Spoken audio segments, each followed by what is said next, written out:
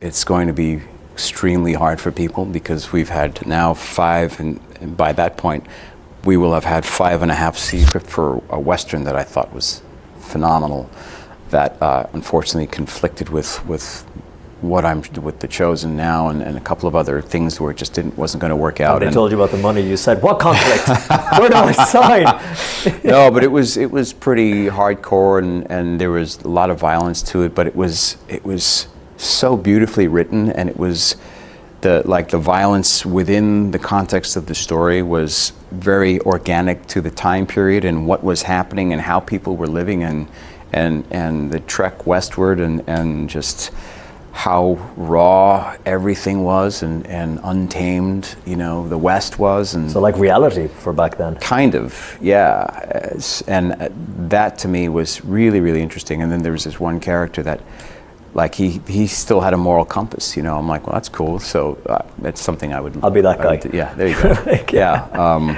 But as far as spiritual warfare goes, I mean, that happens all the time. I mean, we just spent 3 weeks in Matera and Italy, and I mean, we all felt effects of spiritual warfare in many, many different ways, and it was,